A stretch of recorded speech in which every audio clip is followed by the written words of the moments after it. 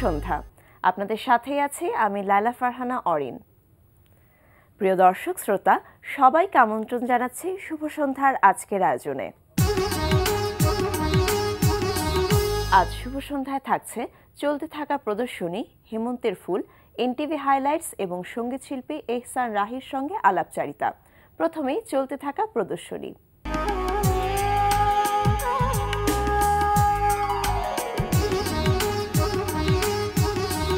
জানিয়ে দিচ্ছি চলতে থাকা প্রদর্শনীর সময়সূচি। গুলশান বেঙ্গল আর্ট লাউঞ্জে অনুষ্ঠিত হচ্ছে চিত্রশিল্পী মাকসুদা ইকবাল নিপার চিত্র প্রদর্শনী ক্রোমাটিক ডিলিউশন। প্রতিদিন দুপুর 12টা থেকে রাত 8টা এই সময় প্রদর্শনী চলবে 21 নভেম্বর পর্যন্ত। গ্যালারি 21-এ প্রদর্শিত হচ্ছে 10 জন শিল্পীর দলীয় প্রদর্শনী ইরা। প্রদর্শনী চলবে 9 নভেম্বর পর্যন্ত। উত্তর বাড্ডার অ্যাথেনা গ্যালারিতে প্রদর্শিত হচ্ছে 3 প্রজন্ম শিরোনামে শরৎমালা চাকমা, কনক চাপা চাকমা ও শিরূপা পূর্ণার চিত্রকর্ম প্রদর্শনী। প্রদর্শনী চলবে 7 নভেম্বর পর্যন্ত।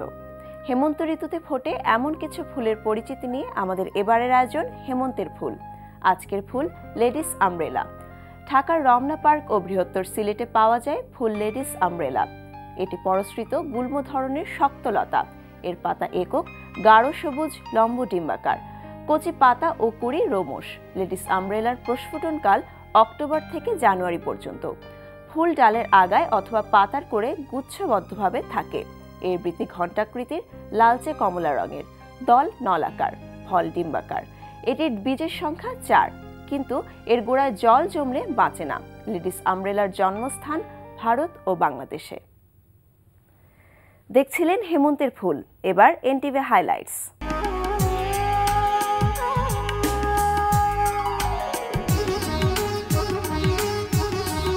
প্রিয় দর্শক, এবার জেনে নিন কি কি থাকছে এনটিভির আজ রাতের অনুষ্ঠান সূচিতে। সন্ধ্যা 6:45 থাকছে জয়ন্ত রোজারিওর পরিচালনায় বিষয়ভিত্তিক ধারাবাহিক অনুষ্ঠান উদ্দীপন। উৎকোচ প্রদান, কমিশন প্রদান একটি সামাজিক ব্যাধিতে পরিণত হয়েছে। বেতনের 15% বেতন পাওয়ার সাথে সাথে আমাকে দিয়ে দিতে হবে। রাত 8:20 দেখবেন অনিমেষ আইচের পরিচালনায় ধারাবাহিক নাটক বিন্দু বিসর্গ।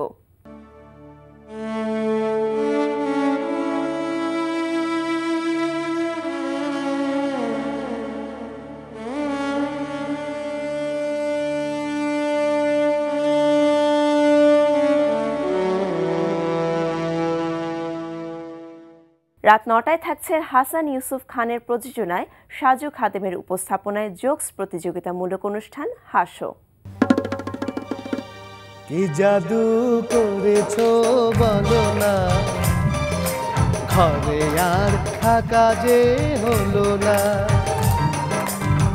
বুঝিনি কখন আমি হয়েছি তোমার, আজ দেখি তুমি ছাড়া নেই কিছু। হাতিকে বউ বলা যায়, কিন্তু বউকে হাতি বলে দেখেন, আপনার খবর আছে? রাত 11:30 প্রচারিত হবে ওয়াহিদুল ইসলাম শুভ্রর প্রযোজনায় অনুষ্ঠান ওল্ড স্কুল বিটস।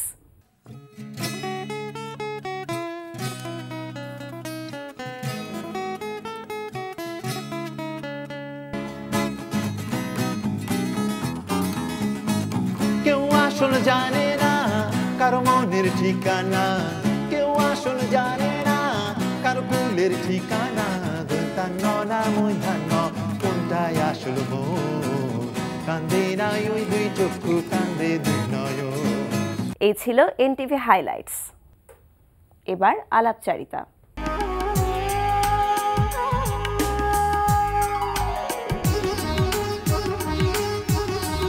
প্রকাশিত হয়েছে এহসান রাহির অডিও অ্যালবাম এখানে দুজনে। প্রিয় দর্শক, আমাদের আজকের অতিথি সঙ্গীত শিল্পী এহসান রাহি। চলুন কথা বলি তার সঙ্গে। শুভ সন্ধ্যা। শুভ সন্ধ্যা আপনাকেও। কেমন আছেন? আমি ভালো আছি। আমন্ত্রণ আমাদের আজকের আয়োজনে। আমরা জানি যে কিছুদিন আগে আপনার দ্বিতীয় একক অ্যালবাম বের হয়েছে এখানে দুজনে। তো প্রথমে এই অ্যালবাম সম্পর্কে একটু জানতে চাই যে মূলত কি কি ধরনের গান ছিল অ্যালবামটিতে? আচ্ছা, এই অ্যালবামটা দীর্ঘ 4.5 বছর পর রিলিজ হয়। প্রথম অ্যালবামটা আমার 2010-এ রিলিজ হয়েছিল। আচ্ছা, তারপর অনেক বড় একটা গ্যাপ। অবশ্যই অনেক স্মৃতি আছে এটা নিয়ে। আর এই অ্যালবামটা আমার আগে যারা গান শুনেছে এই অ্যালবামে অনেক ভিন্নতা পাবে এই অ্যালবামে, কারণ আমার এই অ্যালবামটাতে ইনস্ট্রুমেন্ট খুব বেছে ইউজ করা হয়েছে। গতবার অ্যালবাম যারা শুনেছেন তারা এটা খুব ইজিলি ধরতে পারবে। যেমন আমি সারোদ ইউজ করা হয়েছে, আচ্ছা, তারপরে স্যাক্সোফোন ব্যবহার করা হয়েছে, তো যার কারণে অ্যালবামটা একটু ভিন্নতা হয়েছে। আর এর থেকে বড় যে বিষয়টা এবার ঘটেছে, আমার প্রথম অ্যালবামের সুর আমি নিজে করেছিলাম। এই অ্যালবামটা সম্পূর্ণ আমি অন্যের সুরে করেছি। আচ্ছা, সুরকার হিসেবে কে সুরকার ছিলেন? হিসেবে ছিলেন ফয়সাল আহমেদ। উনি অত্যন্ত মানে গুণী একজন মানুষ আমি বলবো। চমৎকার সুরগুলো করেছেন গানের, প্রত্যেকটা গানেই ওনার সুর, এবং লিরিক লিখেছেন স্যামুয়েল হক, অসাধারণ লিরিক গানগুলোর। আর মিউজিকটা অ্যারেঞ্জ করেছেন হচ্ছে আমজাদ হোসেন। আচ্ছা, মোট কয়টি গান আছে অ্যালবামটিতে? 8টা গান আছে। 8টি গান আছে। তো অ্যালবামের কাজ একদম শুরু হলো যখন, তখনকার ঘটনাগুলি একটু জানতে চাই। মূলত কি ভাবনা ছিল আপনার?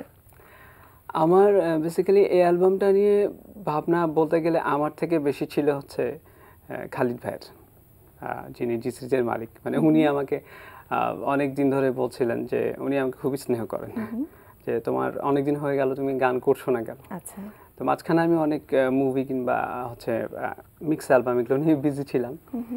পরে আমি অ্যালবামটা শুরু করি এবং ওনার প্রশ্রয়েই বলবো, আচ্ছা, শুরু করি। তারপর তো আস্তে আস্তে অ্যালবামটা রেডি হলো এবং প্রত্যেকটা গান খুব ধরে ধরে করা হয়েছে। সুর আমার সাথে বসে আমরা সুর শুনেছি, তারপর ওটা প্র্যাকটিস করে গলায় তুলেছি, তারপরে এটা মিউজিক অ্যারেঞ্জমেন্টে গেছে। আমরা আরো অনেক কথা বলবো, তার আগে একটা গান শুনতে চাই। আচ্ছা, এই অ্যালবাম থেকে একটা গান করতে পারি, শুনি তাহলে।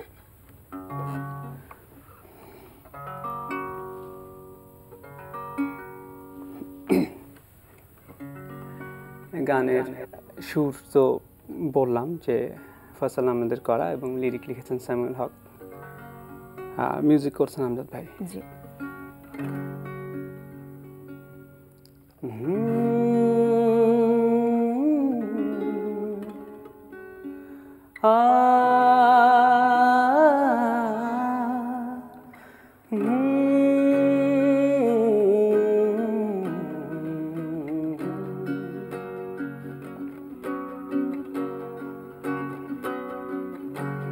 কতবার ডেকেছো আমার তবু পারিনি যেতে,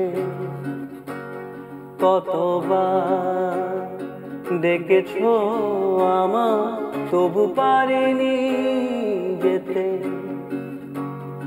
কিভাবে চলে গেছে হেঁটে হেঁটে পথের শেষে, কতবার ডেকেছো আমার তবু পারিনি যেতে।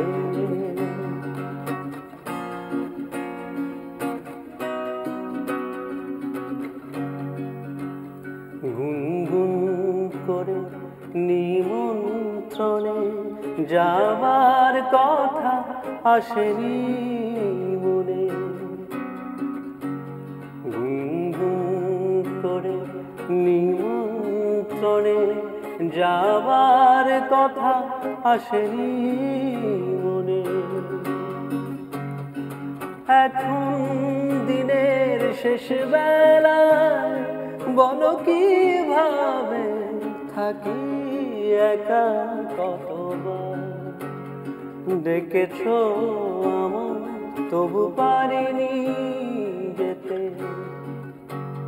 কতবার কতবার কতবার কতবার কতবার কতবার কতবার কতবার।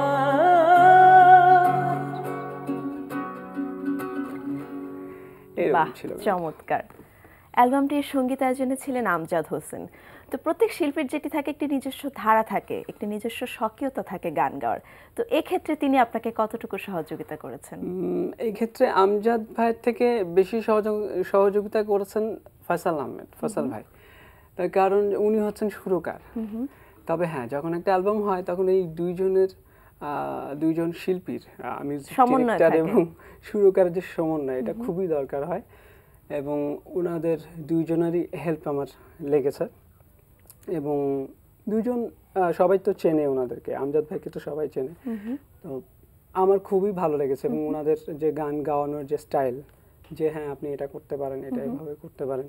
আমার প্রথম অ্যালবামের থেকে এই অ্যালবামটা একেবারে ভিন্নতা আছে, কারণ আমি আগে যে গানগুলো করেছি ওটা অন্যরকম ছিল। আচ্ছা এইবারের গানগুলো একেবারেই অন্যরকম, আচ্ছা যেটা আমি এই ধরনের গান এর আগে কখনো করিনি। করেননি। তো এখন পর্যন্ত শ্রোতাদের কাছ থেকে কেমন রেসপন্স পেয়েছেন? বেশ ভালো, বেশ ভালো। আমি চিন্তা করছিলাম যে আসলে আমাকে কিভাবে নেবে, তবে একটা জিনিস আমার প্রথম থেকে মনে হচ্ছিল, যেহেতু গানগুলো ভালো সে কারণে মনে হচ্ছিল যে এটা কোনোভাবেই মানে একটা খারাপ রেসপন্স আসার সম্ভাবনাটা ছিল না। তো আলহামদুলিল্লাহ ভালোই হয়েছে, সবাই ভালোই বলেছে। এবং আপনি নিজেও যেটি বারবার বলছেন যে আপনি নিজেও সন্তুষ্ট আপনার এই অ্যালবামটি নিয়ে। আচ্ছা, প্রথমে আপনি একটি কথা বলেছিলেন যে আপনি এখন বর্তমানে চলচ্চিত্রের গান নিয়ে ব্যস্ত আছেন, তো এই বিষয়টি সম্বন্ধে একটু জানতে চাই। এবং আমরা যতদূর জানি যে বর্তমানে একটি চলচ্চিত্রের সঙ্গীত পরিচালনার সাথে আপনি যুক্ত আছেন। হ্যাঁ, আমি আসলে এটা আমার গানের পাশাপাশি মিউজিকটা শুরু করেছি। প্রথম থেকেই আমার মধ্যে একটা জিনিস ছিল যে আমি মিউজিক কম্পোজার হিসেবে কাজ করব এবং যে ভোকাল তো কাজ করছি, পাশাপাশি যদি মিউজিকটা করতে পারি আমার জন্য খুব ভালো। এবং আমি সেজন্য ক্লাসিক্যালটা এখনও করছি, শেখার চেষ্টা করছি যতখানি পারা যায়। আচ্ছা, এখানে দুজনে অ্যালবামটি তো বের হলো, এছাড়া সমসাময়িক সময়ে কি নিয়ে ব্যস্ত আছেন? সমসাময়িক অনেকগুলো কাজ করছি আমি, টোটালটা মিউজিক নিয়েই। অডিও অ্যালবামের সাথে জড়িত অনেকগুলো অডিও অ্যালবামের সাথে কাজ করছি।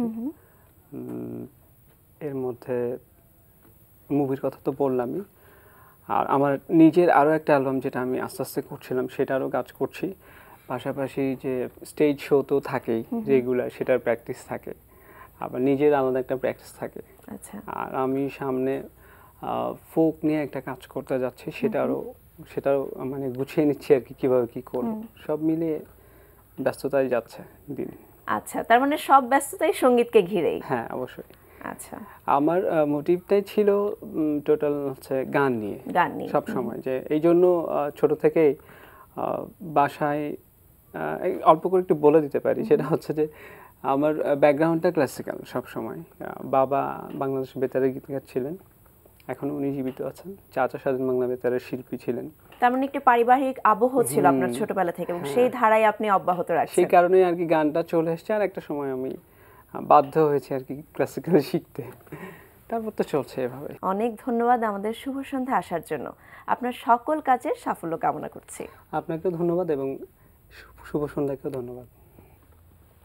প্রিয় দর্শক, কথায় কথায় আমরাও চলে এসেছি অনুষ্ঠানের শেষ প্রান্তে। আমাদের সঙ্গে যোগাযোগের ঠিকানা প্রযোজক শুভ সন্ধ্যা, এনটিভি বিএসসিসি ভবন, 7 তলা, 102 কাজী নজরুল ইসলাম এভিনিউ, কারওয়ান বাজার, ঢাকা 1215। আমাদের ইমেল অ্যাড্রেস shubhasondha@ntvbd.com। প্রিয় দর্শক, এনটিভিতে সম্প্রচারিত সংবাদ ও অন্যান্য সকল অনুষ্ঠান দেখতে লগ ইন করুন www.ntvbd.com-এ। হেমন্তের নতুন ফসল সম্ভারে ভরে উঠুক বাংলার আঙিনা, এ প্রত্যাশা রেখেই শেষ করছি আমাদের আজকের অনুষ্ঠান। শুভরাত্রি।